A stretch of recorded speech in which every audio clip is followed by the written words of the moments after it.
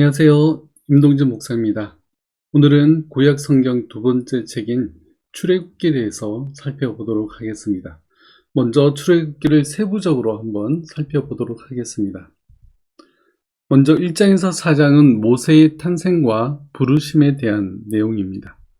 그리고 5장에서 15장은 10가지 재앙과 출애굽에 관한 이야기를 쓰고 있습니다.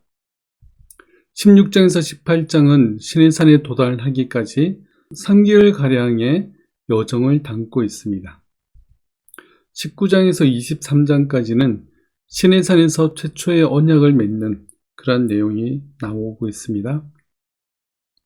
24장에서 31장은 모세가 십계명을 받기 위한 40일간에 대한 기록을 하고 있습니다. 32장은 금송아지 사건을 다루고 있고 33장과 34장 부분은 언약의 갱신을 다루고 있습니다. 그리고 35장에서 마지막 40장까지는 성막과 이스라엘 백성들의 순종을 이야기를 하고 있습니다. 자, 그러면 지도를 보면서 출애굽기의 여정을 잠시 살펴보도록 하겠습니다. 이곳 전체 지역이 바로 애굽 땅입니다. 애굽. 그리고 이곳이 가나안 땅입니다. 출애굽기는 이 애굽 땅이 전체적인 배경이 됩니다. 애굽 땅 중에서도 이곳이 고센 땅입니다. 이스라엘 백성들이 머물고 있는 그러한 지역입니다.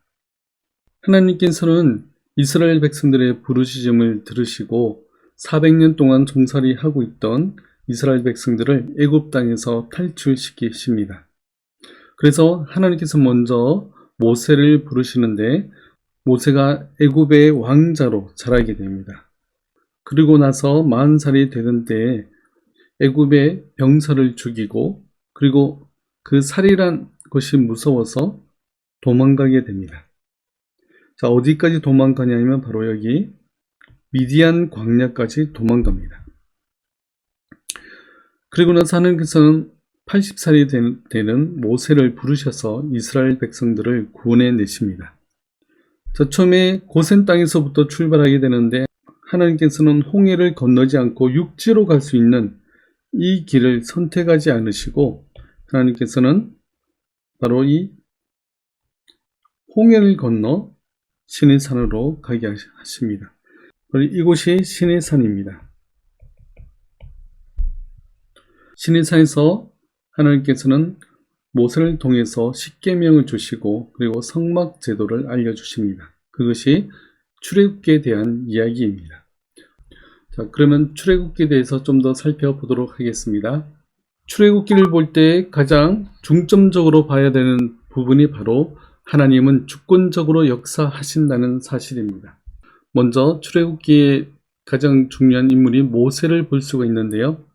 모세는 작은 갈대 상자에 이제 들어가게 돼서 강에 띄우게 됩니다. 나일강에 띄우게 되고 그리고 바로에 따르게 발견되어 구출되어서 애굽의 왕자로 자라게 하십니다. 이것 또한 하나님께서 주권적으로 역사하셨습니다. 그리고 40살이 되던 모세는 살인자가 되어서 도망가게 되는데 바로 미디안 광야까지 도망가게 됩니다. 그리고 하나님께서는 80세에 모세를 부르십니다. 이스라엘 백성들을 구원하기 위해서 부르시는데 이렇게 하나님께서 모세를 사용하셔서 하나님께서 자기 백성을 이끌어내는데 주권적으로 역사하십니다. 자, 그 다음 우리는 바로를 통해서 주권적으로 역사하시는 하나님을 발견하게 됩니다. 하나님께서는 바로를 권세자의 위치에 두십니다.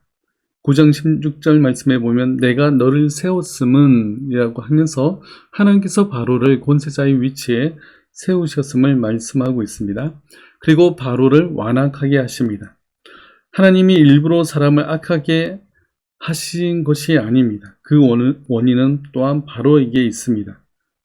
9장 34절 말씀에 보면 바로가 비와 우박과 우레소리가 그친 것을 보고 다시 범죄하여 하나님께서는 바로가 완악한 상태를 그대로 내버려 두셨던 것입니다. 그리고 하나님은 바로를 패배시킵니다.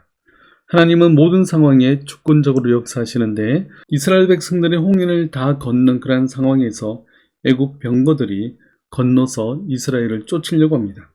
그러자 하나님께서는 홍해 한가운데에 애국 군대를 어지럽게 하시고 그리고 병거의 바퀴를 뽑아 버리십니다. 그래서 물이 다시 흐르게 하시죠. 바로의 모든 군사를 몰살시키십니다.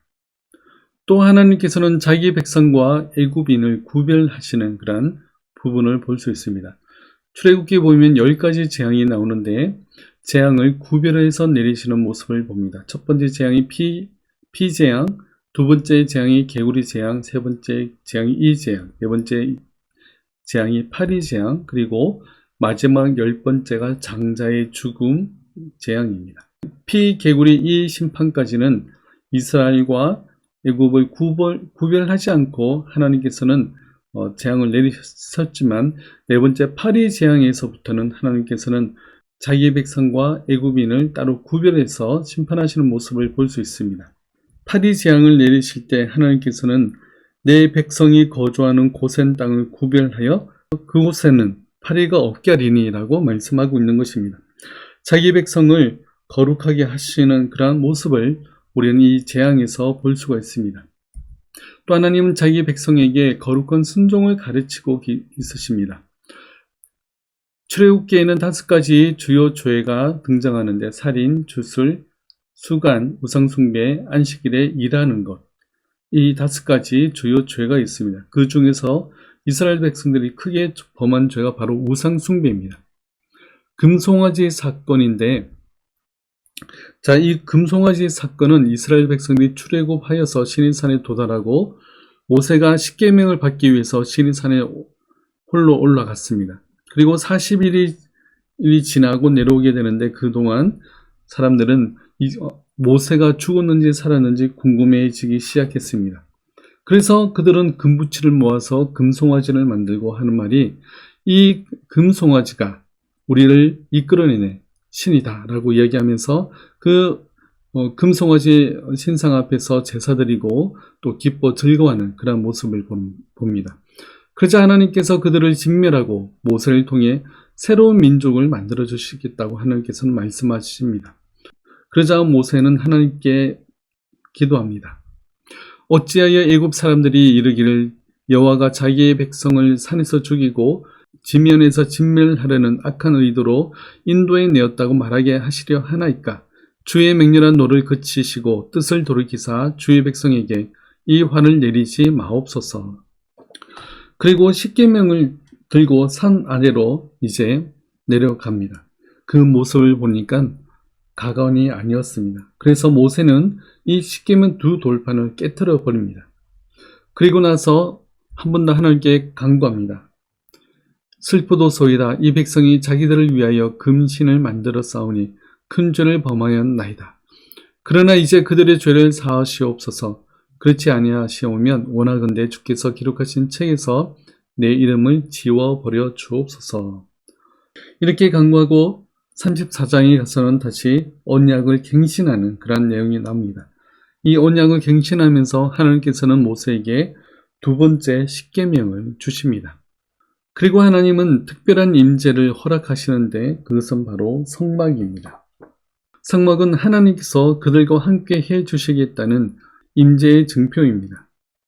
그러나 하나님께서 그들과 함께 하시는데 문제는 죄인인 그들과는 함께 할 수가 없는 것입니다. 그들의 죄를 일시적으로 사하기 위해서 하나님께서 성막을 통해 그들의 죄를 용서하시는 그런 내용들을 이야기하고 있는 것입니다. 그래서 하나님의 백성들에게 필요한 것은 바로 거룩한 삶입니다. 하나님의 목적은 여호와가 유일한 하나님으로 알도록 하는 데 있습니다. 하나님의 백성들의 삶 속에서 하나님의 영광이 드러나야 되는 것입니다. 이것이 바로 우리가 오늘날에도 우리의 거룩함을 드러내야 되는 것입니다. 우리의 삶 가운데서 하나님의 하나님 되심을 나타내는 것, 그것이 우리의 거룩함인 것입니다. 오늘날도 이 출애굽기의 메시지를 잘 생각해 봐야 될 것입니다. 우리들은 하나님의 거룩한 백성들입니다. 그리고 우리는 삶 속에서 하나님의 거룩함을 드러내야 되는 하나님의 백성들인 것입니다. 이렇게 출애굽기를 보실 때는 하나님의 주권과 이스라엘 백성들의 순종이라는 관점에서 출애굽기를 읽으시면 많은 도움이 되시리라고 봅니다. 그러면 다음 시간에는 우리가 레위기를 살펴보도록 하겠습니다. 그러면 다음 시간에 뵙겠습니다.